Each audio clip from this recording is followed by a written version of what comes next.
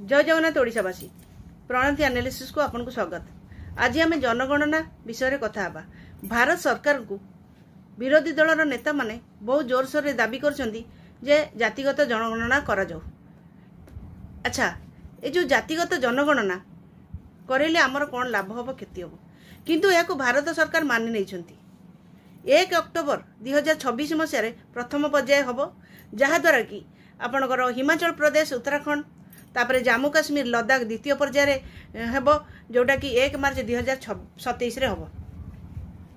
एठू एई पर्यंत जातिगत जनगणना हबो। यहा द्वारा 33% महिला मानकर संरक्षण आरक्षण कोथरे हबो, आपनकर लोकसभा रे। आउ लोकसभा परिसीमान को निर्धारण करा जिवो। प्रति 10 वर्ष रे थरे आमर जातिगत जनगणना करा जाए, जनगणना करा जाए। आ सेही जनगणना मध्ये जातिगत जनगणना सेटा मध्ये जातिगत जनगणना थिला। सेतिरे एससी एसटी मानको मध्ये जाति रे शामिल करा जाउथला। 1990 मसिया रु ओबीसी मानको मध्ये सेतिरे शामिल करा जायछि, किंतु भारत सरकार को पाखरे एई तथ्य नाही जे आम भारत रे ओबीसी केते अछंती, को राज्य रे केते अछंती, केमिति को कैटेगरी रे अछंती, सेउडा सब कोनोसी तथ्य नहीं। खाली ओबीसी रिजर्वेशन अच्छी 1990 रु। किंतु सेईटा को जानिबा पई एबे वर्तमान जोरसोर जातिगत जनगणना विषय रे आरंभ होईछि कथाबार्ता, जोटा कि आमर जातिगत जनगणना हेबो। आपण जानिछन्ती 1931 मसिया रे मध्ये आमर जातिगत जनगणना इंग्रेज माने करथिले, जादरे अपर कास्ट रो लोक कम थिले, लोअर कास्ट लोक अधिका थिले।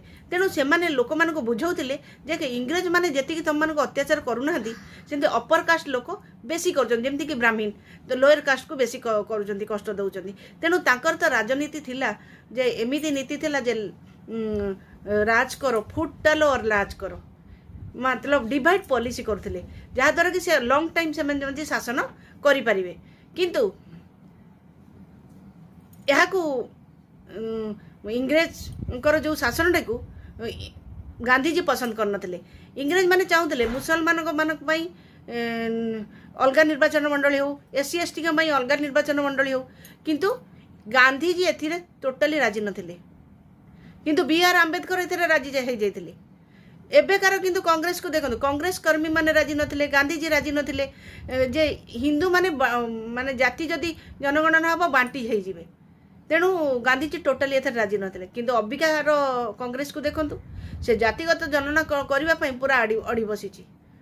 काहे डिवाइड पॉलिसी कले बाहर आसीबे, बाहर शत्रु आसीबा हम देश को, तांको पई तो भलो, सेमान तो बाहर आछंती, तेणु तांको पई किछि असुविधा नै।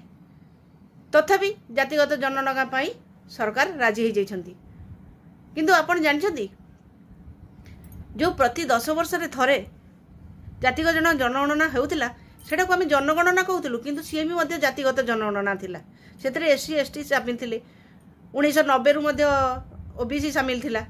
ताले सेटा मध्य जातिगत जनगणना। जेतेबेले इंग्रेज मानकर ए जो नीति रहिला जे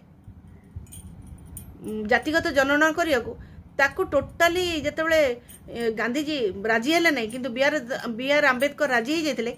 सेथि पई गोटे संडे रे माने 11 जनवरी 1931 मसिया से माने गोटे बॉयकट संडे सेंसस बॉयकट नाम रे गोटे आंदोलन करथिले, जहा फल कि इंग्रेज माने सेथिरे ओहरी जाइथिले।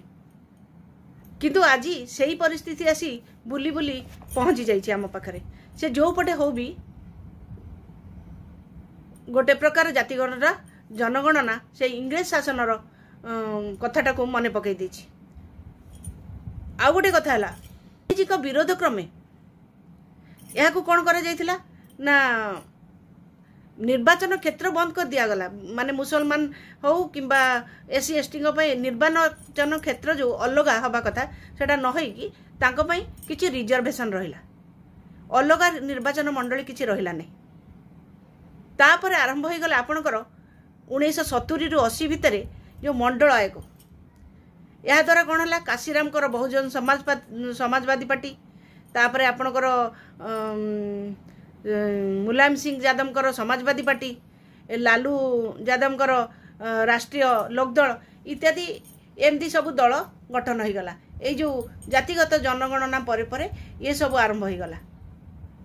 तेणु बर्तमान जो सरकार भारत सरकार जातिगत जनगणना करने को जाउछंती यह द्वारा आमर केते कौन क्षति हम केते लाभ हम ता तो आगामी विषय कहब आगामी समय आसिले कहब किंतु यही जातिगत जनगणना भितर बिचारा साधारण वर्गर लोक माने बलि पड़े निश्चय।